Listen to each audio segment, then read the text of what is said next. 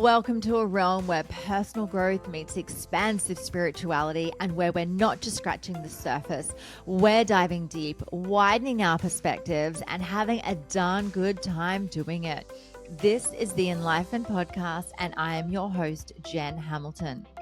You'll enjoy an infusion of motivation, empowerment, and inspiration that will resonate in every aspect of your life. Expect captivating stories, heartfelt musings, and my own personal experiences. But that's not all. I'm bringing awe-inspiring individuals to the table, so get ready to meet some remarkable souls whose wisdom and stories will leave you spellbound. No topic is off limits here. Brace yourself for raw authenticity, unfiltered vulnerability, and yes, the occasional splash of explicit language. We're delving into the realms of the esoteric, mystical, and the woo-woo, unafraid to explore the extraordinary. So if you are ready to venture beyond the surface, to explore the depths of your soul, and to awaken the magic of life, if your heart says yes, then hit that play button and let the Enliven Podcast guide you on this remarkable expedition.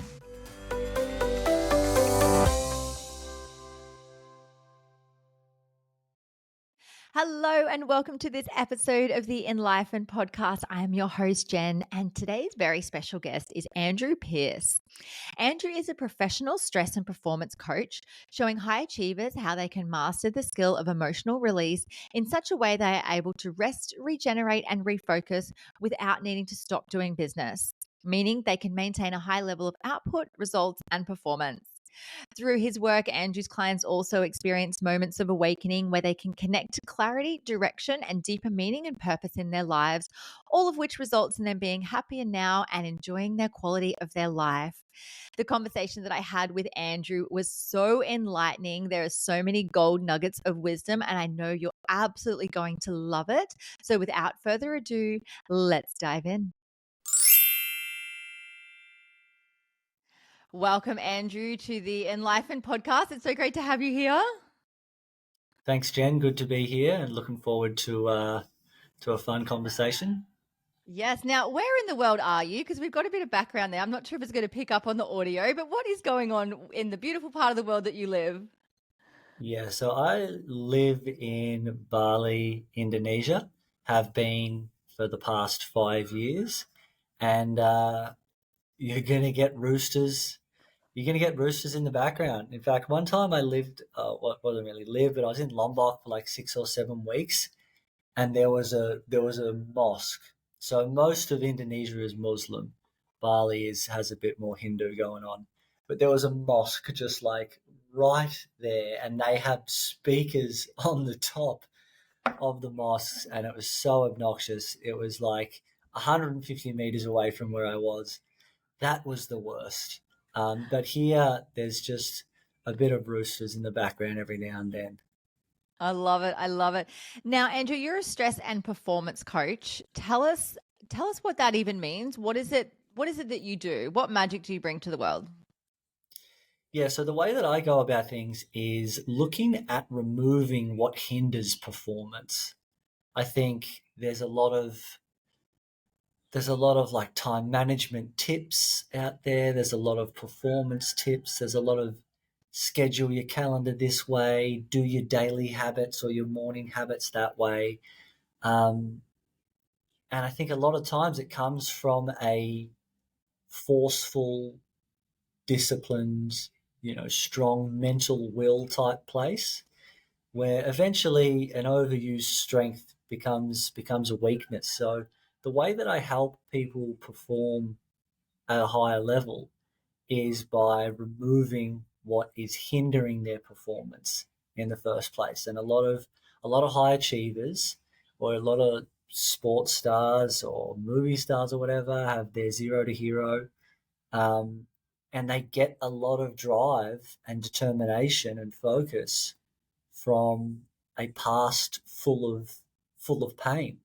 And it works. That's the thing. It works. Like you can push from fear and you can force from fear and you can create a high level of material result for sure.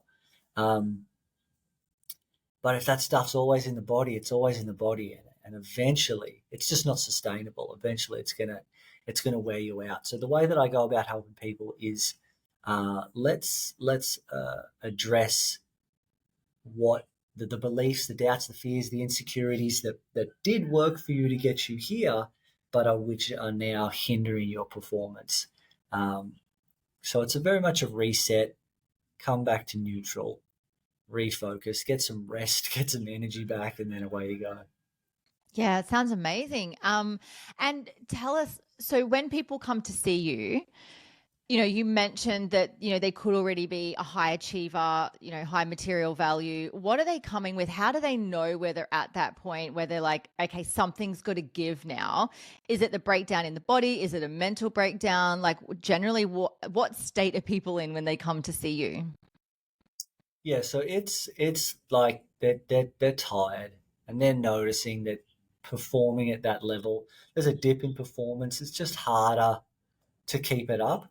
Um, and look, the ideal client is into their personal growth and their development. They're what I would call solution aware, and they value it, and they do believe that coaching is the answer. I mean, there's many ways that you can address problems. Some might go to a nutritionist or something of that nature, but they come where they're like, I can't keep this up. Like I can't keep going like this. That's usually the point at which people come to me.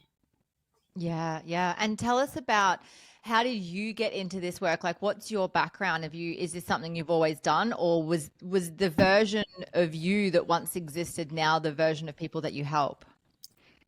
So I got into coaching just out of passion and interest. I don't have you know, most people get into coaching from like either they had their own coach or they went through their own experience, their dark night of the soul, whatever you want to call it. But I've always just had an interest in like universal law and why we do what we do, and read, Dale Carnegie's How to Win Friends and Influence People when I was a teenager, and got my first Tony Robbins book when I was a teenager. And I knew, I'm like, I just would love to get paid to give people advice. That'd be great. I had my ways of thinking, my philosophies on life. And then I started studying a Bachelor of Psychological Science, which I never finished. I only did a few months because I then came across human behavior and life coaching at a place called the Coaching Institute in Melbourne. And got a Facebook ad Monday night, called them Tuesday, went in Wednesday and signed up. And I originally had a business called Anxiety Free Living, which focused more on general and social anxiety. But then with the evolution of myself and my business, I then started to focus more on the um, stress and burnout and performance. And I wouldn't say that I've had a rock bottom, absolutely fried experience of burnout, but I've certainly been in a position where I'm like, I'm tired, I'm bitter, I'm resentful. I've got a bit of not happy about the situation, and I'm like, I need some rest. I can't just keep pushing. So that's how I got to where I am now. So I'm just a little over 9 years into coaching. That's amazing. And so it sounds like you've also got like quite a spiritual undertone to the work that you do as well. Let's talk about some of your favorite spiritual philosophies. Yeah, so I love spirituality. I love like consciousness. I love my Alan Watts, Eckhart Tolle, David Hawkins. Love the Conversations with God series. Mm. So a couple of spiritual undertones that I have. Um, I really like from Eckhart Tolle is that our conscious presence is the transformational tool that dissolves all Mhm. suffering. The examples that I give is like, what happens to vampires when they're exposed to the light of the sun? They die. They just evaporate. Or Mm. like fairy floss in water, it just evaporates. And so I really love that our conscious presence, which makes total sense to me. Like I find spirituality to make a lot of sense. I've even as woo woo as it is, I'm like I see it as like, oh, that's really logical. That actually makes sense. Um, and I just love to think that if I have the willingness to be consciously present with my stuff for long enough, it will dissolve. Just as vampires cannot stand the light of the sun, fear cannot stand the light of consciousness. How could it? What Mm. a fault or a flaw in the design. It would just go against what life is. So that's one that I really love. Everything being one and interconnected, and that we are that life is just expressing itself and experiencing itself. Alan Watts talks a lot about how the fundamental game of life is hide and go seek. That life is hiding from itself for the purpose of seeking itself and surprising itself and becoming aware of itself, because that's exciting. That's just what it's doing. So all those types of, the present moment is all that there is. Everything's one and connected. You are which you seek. Life isn't about learning. It's about surrender and letting go and remembering and becoming aware of what you already are. The ego is the false self, and that it's an illusion. It's not the truth of reality. All of those types of things are undertones. Um, Another one that I was just reminded of the other day. Have you ever heard of David R. Hawkins? He has Hawkins' scale of consciousness. Oh, yes, He's I have heard written, of that. Yep, yep. yeah, yeah. He's got this video on YouTube about the final door, which is the point of surrendering life itself over to God, is his language, like surrendering the experience of existence. And he speaks about how some ascended master is just like, all fear is an illusion and you're totally safe. And so I use that as my point of reference. For example, if I'm speaking to a client, is I'm like, you're totally safe to feel completely unsafe. I'm always looking and using spiritual truth as a point of reference, like and to go more deeply into my experience.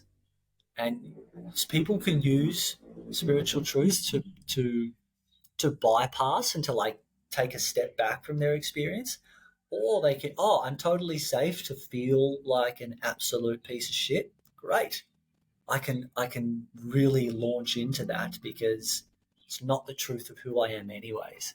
So I definitely have a spiritual undertone to all the teachings that I have, all the programs that I write, all the posts that I do.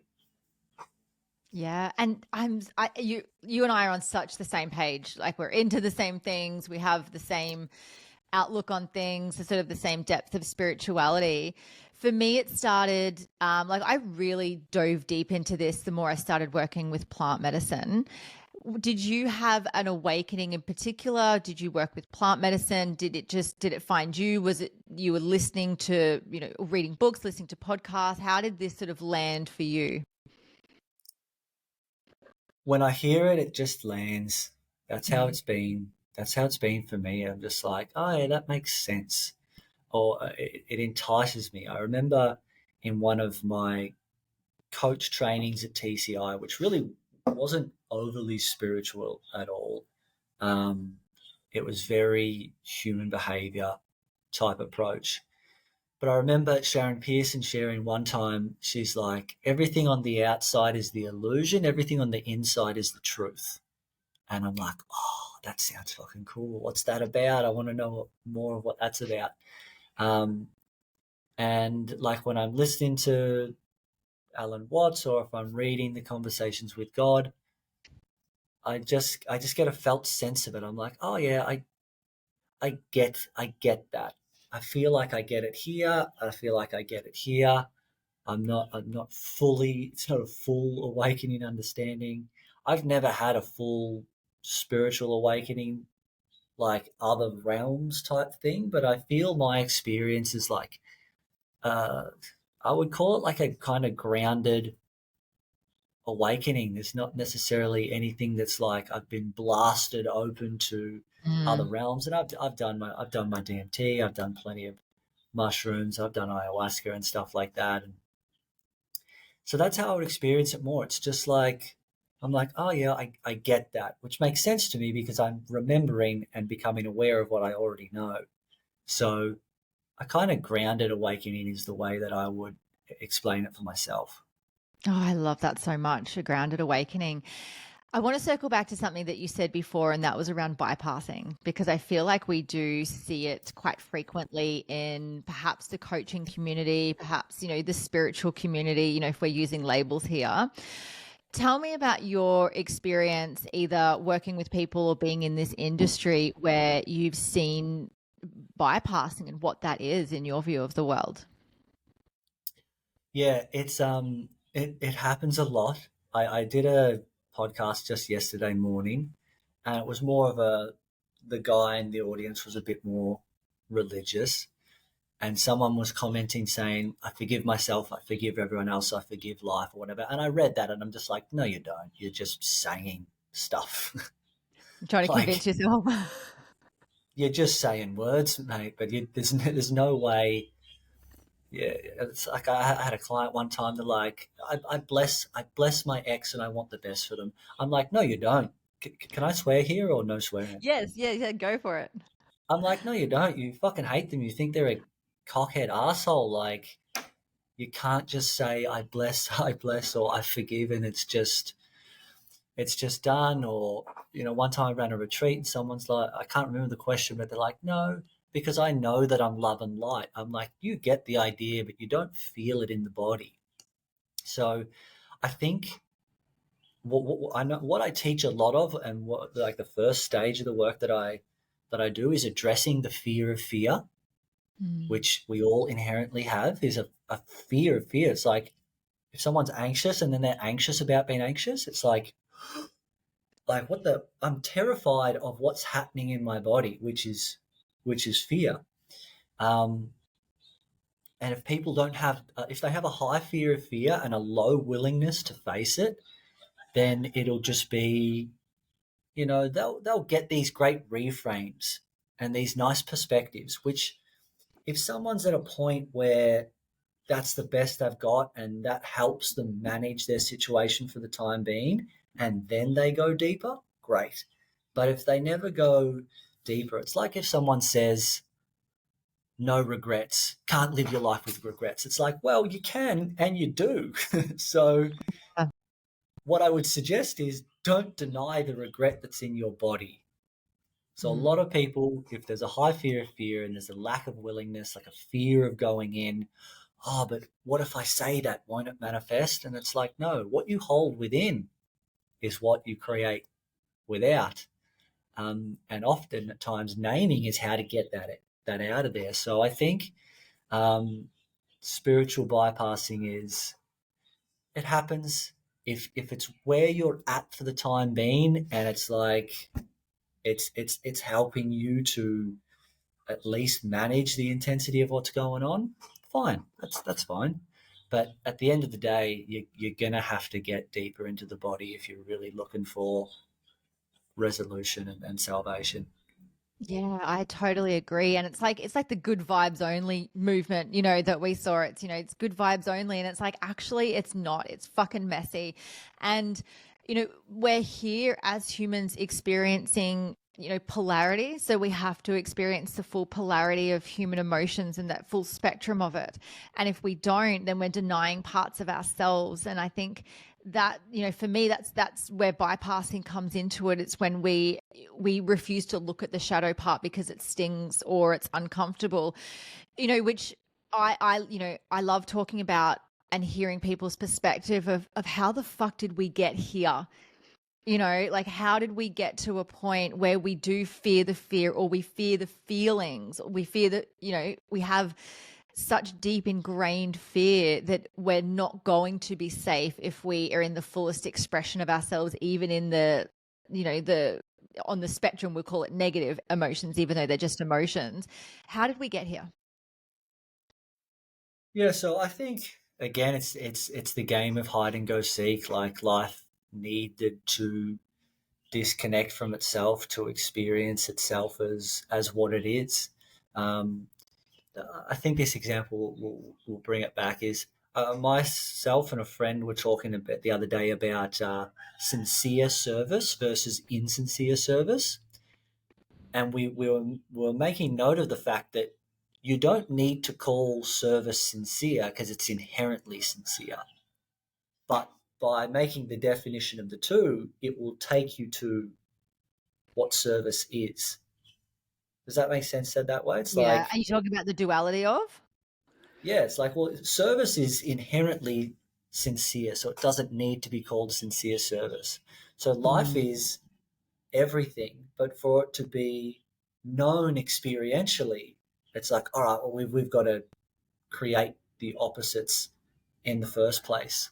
And something that I love that Teal Swan shares is that the one core pain that we all experience is the pain of being disconnected from oneness or unity or the love that we are, and that everything else stems from that. Um, and the more disconnected we are, like the deeper we are in the ego, the illusion, the false self, the fear. And so I think that's how we've gotten here. In order for the game of hide and go seek to be played, life needs to make itself unconscious to itself. And then you just come into this world. Some people are 60 and they've never done coaching. They wouldn't have a clue of what's going on. They've just managed what life is, but going into the depths of the unconscious and the psyche is very scary. There's no way Mm. about it. It can be terrifying at times. Like I had a friend of mine who started to experience some anxiety in like late 20s, early 30s, and we had a conversation about. He's like, "Yeah, man, it's scary. I'm standing at the lights, waiting across the street. And I'm just like, what is happening within me? What's going on?" So I think the way that we've gotten here is life has disconnected from itself for the purpose of being able to look back on itself. Like just as we can't look at our own eyes, you can't bite your own teeth.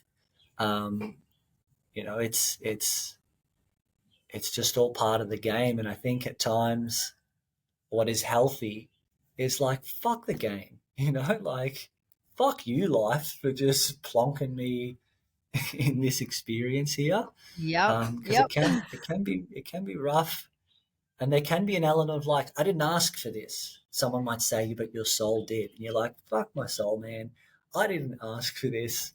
And it's just a game as well.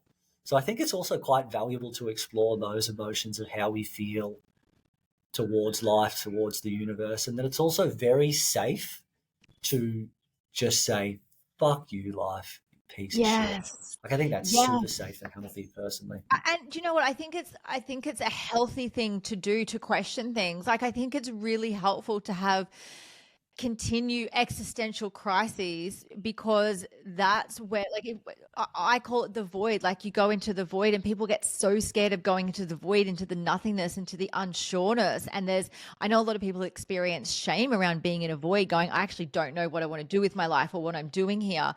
But I find that that's where we create space to actually just go inwards and just be. And we're so receptive to everything else around us, because we're either looking for answers or just putting our fingers in our ears, our hands over our eyes, going, la, la, la, la, I don't want the answers. Just fuck off, like you said.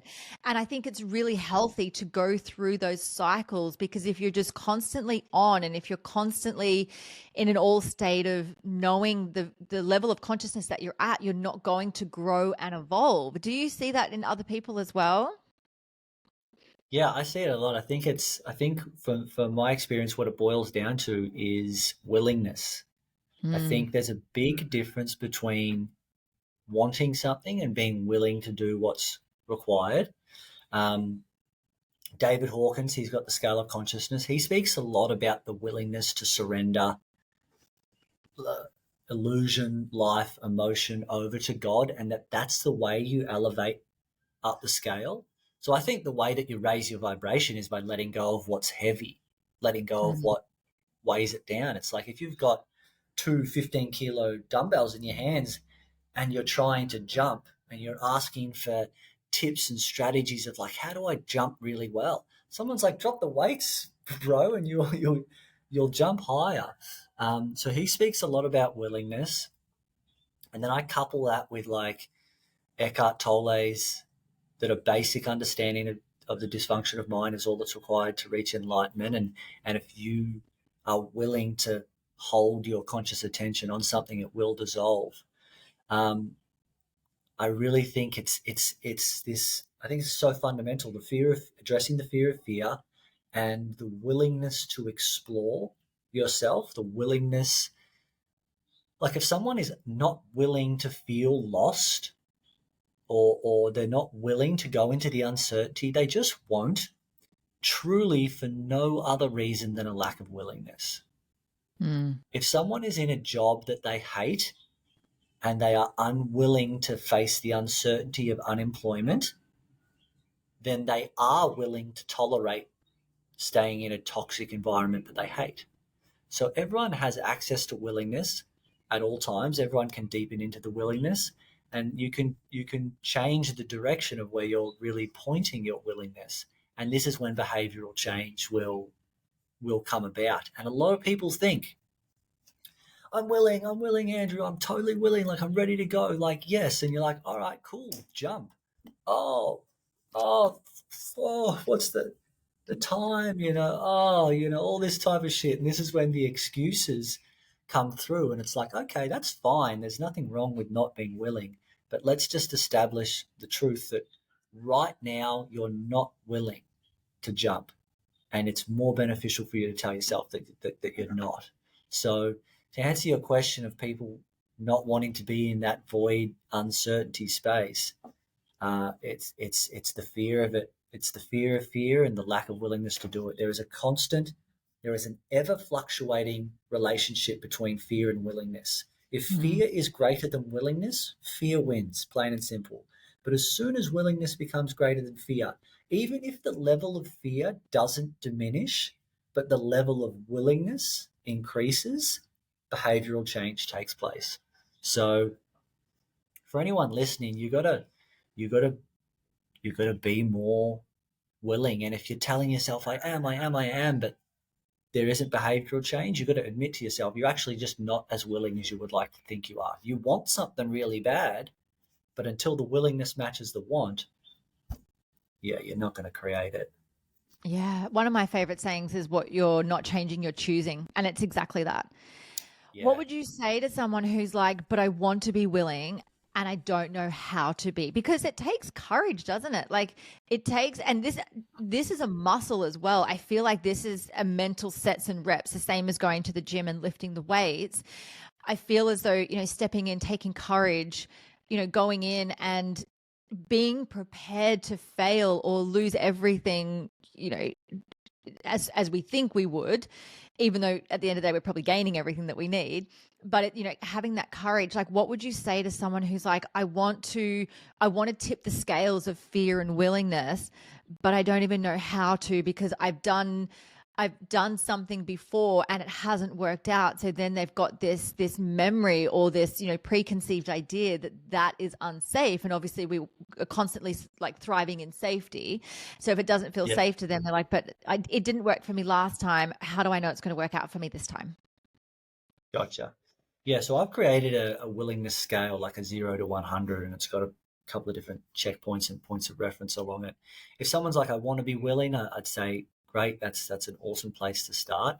I'd let them know that a clean no, I'm not willing is a statement of empowerment. Like I went to invest in a mentor one time. I'm like, I'm happy to invest $5,000 for the month. It was 10,000 for the investment. And I'm just like, oh no, I'm just not willing to invest that right now. But good on you for being there and charging that amount, rock and roll. And that was nice and clean. So I'd let people know that there's nothing wrong with saying no. And being willing isn't about, I'm willing, I'm willing. The way that you get there is the honest answer. And Mm. so on the scale of willingness, 0 to 50 is varying degrees of no. 0 is a hard no. I'm not willing to now, and I'm not willing to in the future. 1 to 50 is I'm not willing to right now, but I am willing to in the future. 51 plus is varying degrees of a yes. And so the way to move your way up the scale is to just answer honestly. Because if someone's at a 17, which is a no, I'm not willing, and they say, I'm 70%, 70%, it's just not truthful. And so they're lying to themselves. The 17 never has the opportunity to shift because it's never been owned. It's never been named. And it's like, I'm 70, I'm 70, I'm 70. It's like, if you want to get to willingness, you've got to admit where you currently are. So I would say it's great that you want to be more willing. It's okay to not be willing. You're allowed to be scared and afraid. And the irony of the no is that the honest answer is the fast, not the no, sorry, but the honest answer. The honest answer is the fastest way forward, but the irony is that it feels like it's the way backwards. It feels slower and it stings. So the honest answer moves them forward. And then also just that little flip to kind of light a fire under their ass of just been like, well, if you're not willing to face the uncertainty of employment, which is okay, that's fine, you need to understand that you are willing to tolerate a toxic work environment. That's a punch to the guts. That's just like, ugh, I don't want to do that. I don't want to be that person. And all of a sudden, there's change. So the way to move yourself up the scale to be 51 plus into willingness is to just answer honestly where you're at. And the scale helps you to do that. There's a few different points of reference that you can use. Because the question is, how willing are you to right now? And I had a client one time, they're like, 100%, mate, 100%. I'm like, oh, great. That's awesome. If you're 100%, that means that your body is open right now and you're allowing that emotion to move through. And they're like, oh, I'm the kind of person I've got to sit with this stuff and really get into it. It takes a little bit of time to come up. I'm like, yeah, okay. So you're 50 below.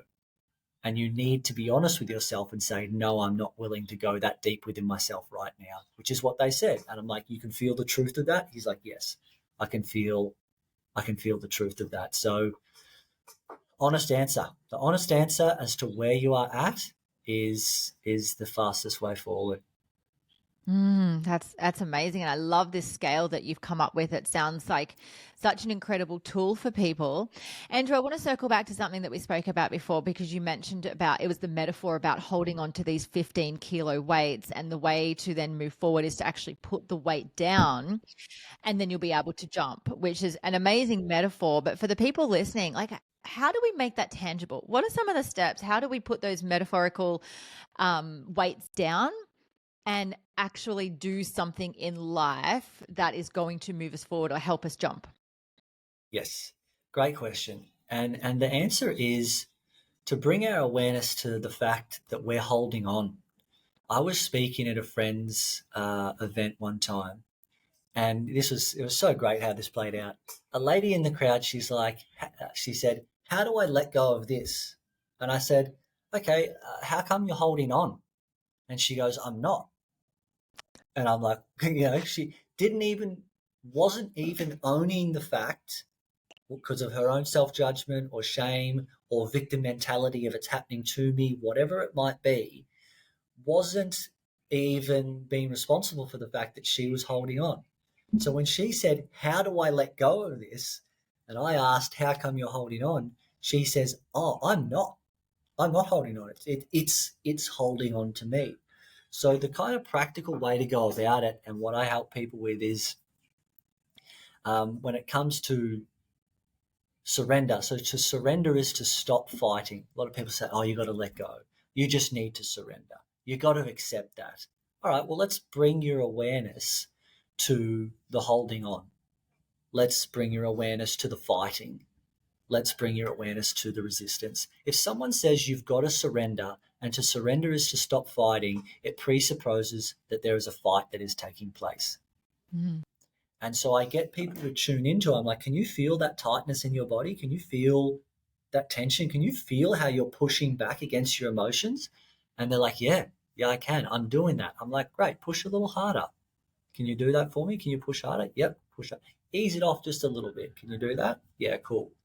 And so what this does is it tunes them into a felt sense of how they are doing the fight, of how they are doing resistance, of how they are pushing back. And everyone innately has the ability to surrender and the know-how and the wisdom of it.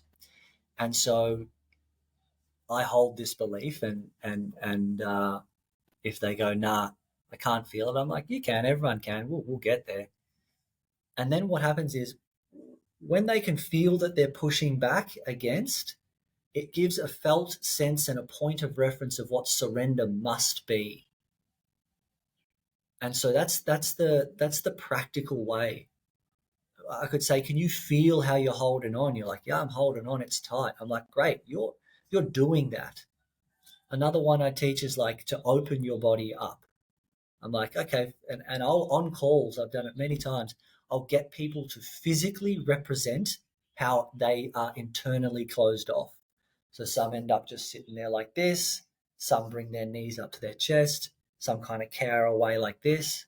So I'm tuning them into what closed off is, what fighting against is, what resistance is, what holding on to is, because then that gives them the felt sense of what opening up must be, of what surrender must be, of what letting go of the weights must be. And the more they practice this, the better they get at it. And they're like, that's what surrender is just getting out of the way and allowing the emotion to move on through. So that's the most kind of like practical how to steps that Mm, I've got for people. I love it. Have you read the book The Surrender Experiment by Michael Singer? I, I haven't, but I've heard about it. Yeah. He also does the Untethered Soul and Living Untethered. So the Untethered Soul was one of the, I guess, the first books when I first started stepping into personal development that I listened to, and it had such an impact on me. And I've listened to it multiple times. And then the Surrender Experiment, which is it's for anyone listening out there, like Michael Singer is an incredible author with an incredible story, and I highly recommend his books. The surrender experiment's a big one as well. And I feel like it's something that you can always reference back to as well, because there's so much wisdom in it. And you can take, it's the same as Eckhart Tolle's books, and like you take so much from it, but there's always going to be something else the next time that you come to listen to it. Yes. Yeah. I've heard good things about both books. Yeah, yeah. So, Andrew, one of the things that I love to do is just normalize our experience as well, because we can sit here on a podcast and say, well, we're coaches and we help people do the work and we know how to surrender. Tell us something you're working through on a personal level. Like tell us some of the shadow that you've experienced, recently, or where's your level of willingness for something that's on the lower end that you're working through? Yeah, so something I've been working through recently is going deeper into like a new depth of ease with making money. And Mm. what's been coming up for me is shadows of it being like cocky and arrogant to be making X amount of money and for it to just be nothing, for it to just be a nothing thing rather than like, yeah, fuck, I'm stoked about it, or like, oh, I've worked hard for it, or just like it just being, it's just a nothing. It's just a nothing thing. Um, that has been something that I've been just deepening into in the last couple of weeks, and a deeper stepping into an embodiment of just having strong belief around client creation, strong belief around money, strong belief around things happening. That then been like, yeah, I just have beliefs that create a life of ease. And yeah, for me, the shadows around that have been cocky and arrogant, and the fears of that have been a friend, a friend or two comes into my mind of them thinking that I'm cocky or arrogant or that thinks he's too good or whatever it is like that. So that's just something that have recently been has been recently passing through the body, so that I have been dropping deeper into that far more embodied belief rather than just like we spoke about before, just saying things, but Mm. actually having that belief in the body. Um,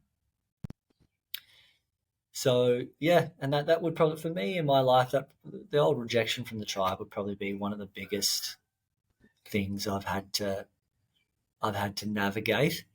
Um, but that's the most recent thing.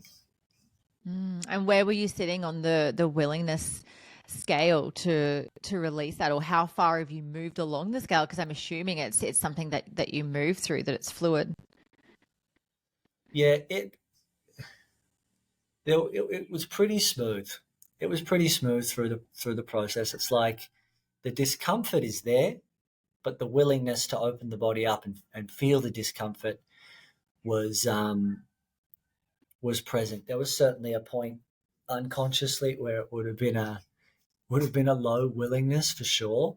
Um, I did just have just some stuff around money being taboo, just taboo, bad, and making it too easy, being yeah, just cocky, arrogant, bad type thing.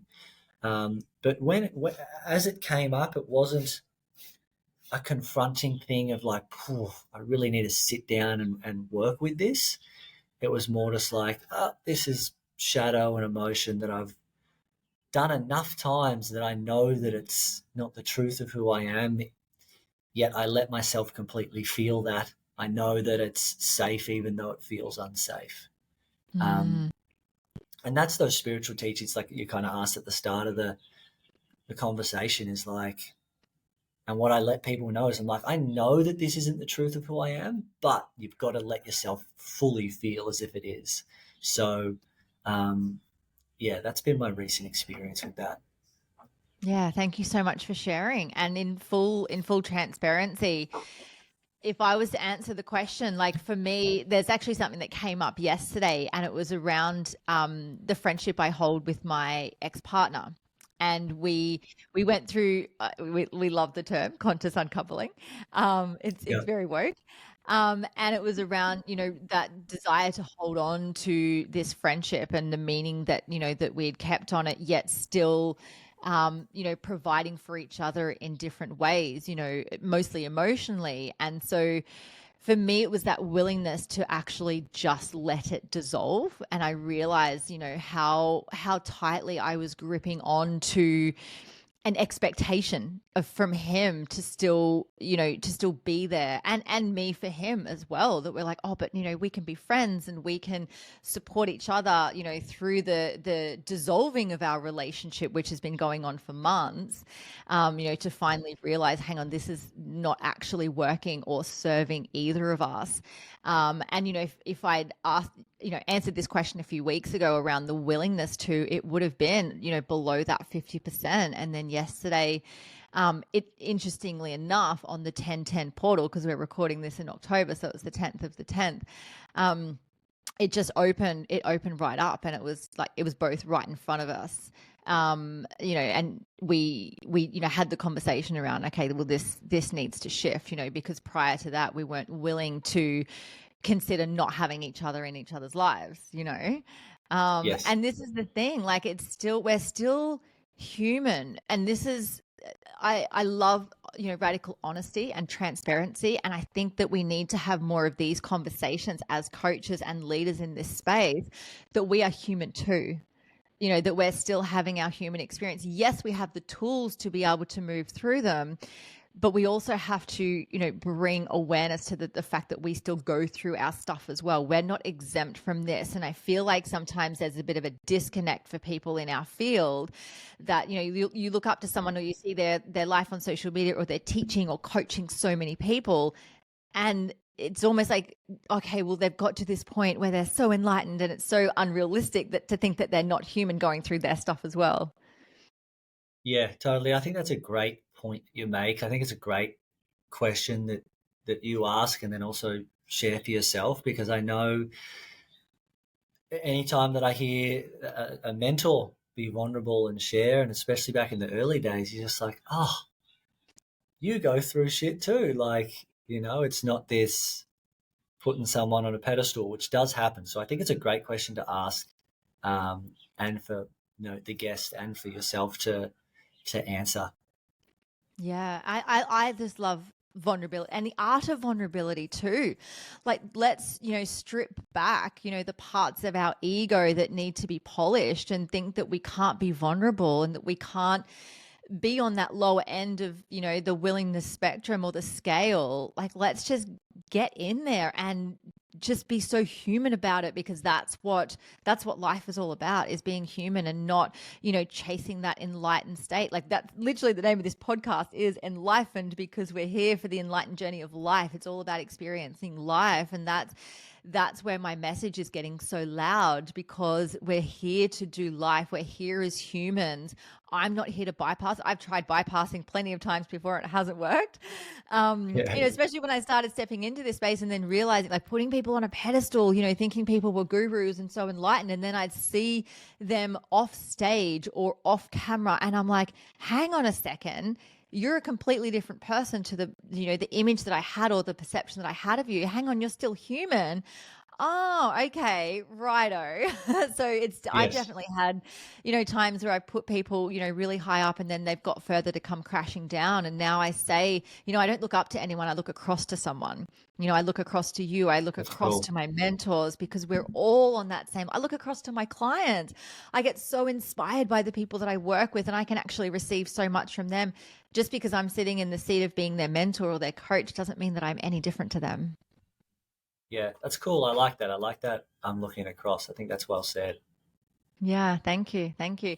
Andrew, how do people find you? Obviously, you mentioned you're in Bali. Do you work with people online? How does that work? Yeah, all online. Best way to find me would just be go to the website, www.andrewdpearce.com. There's a D in between Andrew and Pierce there. So www.andrewdpearce.com. That's got all my other socials. There's a bunch of free stuff you can check out, and you can contact me from there. Amazing. We'll link to all of that in the show notes. Andrew, one last question before we wrap this up. And to you, what is the meaning of life? What is the meaning of life? I think the meaning of life is to just enjoy yourself, to do what you want to do what you want to do with vocation, do what you want to do with the people you want to do it with, do what you want to do in your hobbies and interests.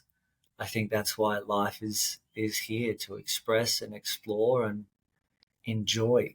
So, and I think the way to enjoyment and happiness is doing what you want to be doing. So that's what I think it's all about. Yeah, I love it. Thank you so much for being on the show. It's been an absolute pleasure to have you here. Yeah, likewise. I've enjoyed the conversation, and thanks for having me on board. Thanks, Andrew.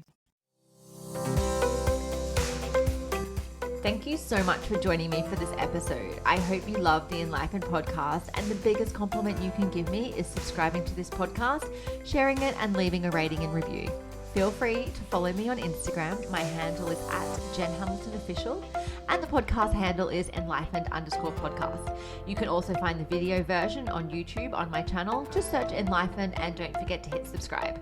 Have a beautiful day and enjoy living the enlightened journey of life.